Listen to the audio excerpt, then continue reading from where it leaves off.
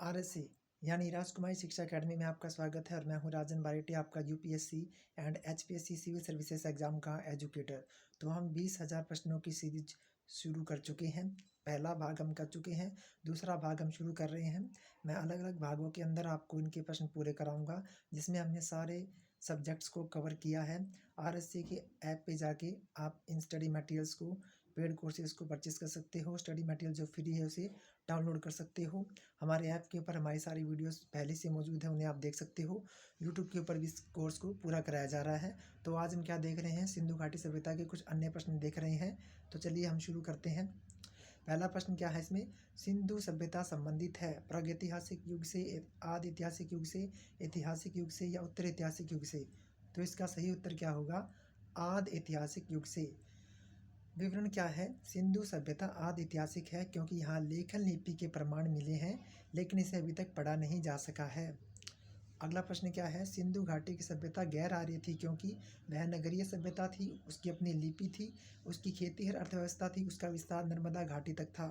तो सही उत्तर क्या है, वह नगरीय सभ्यता थी। क्यों थी, सिंधु घाटी सभ्यता अपनी नगर नियोजन, टाउन प्लानिंग के लिए प्रसिद्ध थी, जबकि वैदिक आर्य सभ्यता मुख्य रूप से ग्रामीण थी।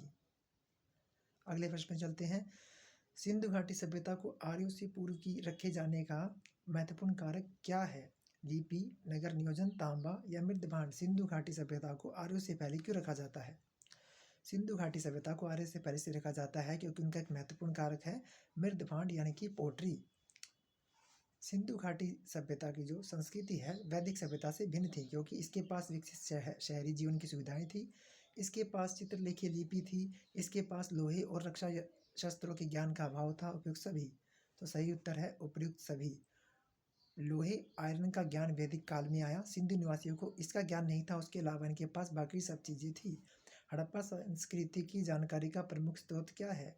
शिलालेख है, पक्की मिट्टी की मोहरों पर अंकित लेख है, पुरातात्विक खुदाई है या उपयुक्त सभी है? तो सही जवाब इसका है पुरातात्विक खुदाई, इसका हम जवाब मानेंगे क्योंकि मोहरों पर मिली लिपि अभी तक पढ़ी नहीं गई है, इसलिए खुदाई में मिले अवशेष ही जानकारी का प्रमुख स्रोत है। भारत में चांदी की उपलब्धता के प्राचीनतम साक्ष्य मिलते हैं, कहाँ मिलते हैं? हड़प्पा संस्कृति में, पश्चिमी भारत के ताम्रपाषाण संस्कृतियों में, वैदिक संहिताओं में या चांदी के आहत सिक्कों में? तो सही उत्तर है इसका हड़प्पा संस्कृति में हमें ये मिलते हैं। अगला प्रश्न है, हड़प्पा मिट्टी के बर्तनों पर सामान्यतः किस रंग का उपयोग हुआ था? लाल, नीला, हरा, पांडु या नीला? तो सही उत्तर है इसका लाल रंग का हड़प्पा मिट्टी के बर्तनों पर सामान्यतः प्रयोग हुआ है। निम्नलिखित पशुओं में से किस एक का हड़प्पा संस्कृति में मिली मोहरों और टेराकोटा कलाकृतियों में निरूपण नहीं हुआ था? गाय, हाथी, गैंडा, बाघ? तो सही उत्तर है इसका गाय। जी हाँ, मोहरों पर एक श्रृंगी यूनिकॉर्न, कुबड़ वाला बैल, हाथी और बाघ के चित्र मिलते हैं, लेकिन गाय का चित्र नहीं मिला है। एक जुते हुए खेत की खोज की गई थी किसके द्वारा? मोहनजोदड़ो में, कालीबंगा में, हड़प्पा में या लोथल में? इसकी खोज जो हुई है कालीबंगा में हुई है, कालीबंगा राजस्थान में है। सिंधु घाटी सभ्यता का विशाल स्नानागार कहाँ पाया गया है? मोहनजोदड़ो में, हड़प्पा में, लोथल में या कालीबंगा में? तो सही आंसर इसका मोहनजोदड़ो में। तो यहाँ पे ये आपका भाग समाप्त होता है। अगले वीडियो में हम देखेंगे आगे के प्रश्नों को, सब्जेक्ट भी बदलेंगे हम। तो चलिए अगले वीडियो में चलते हैं।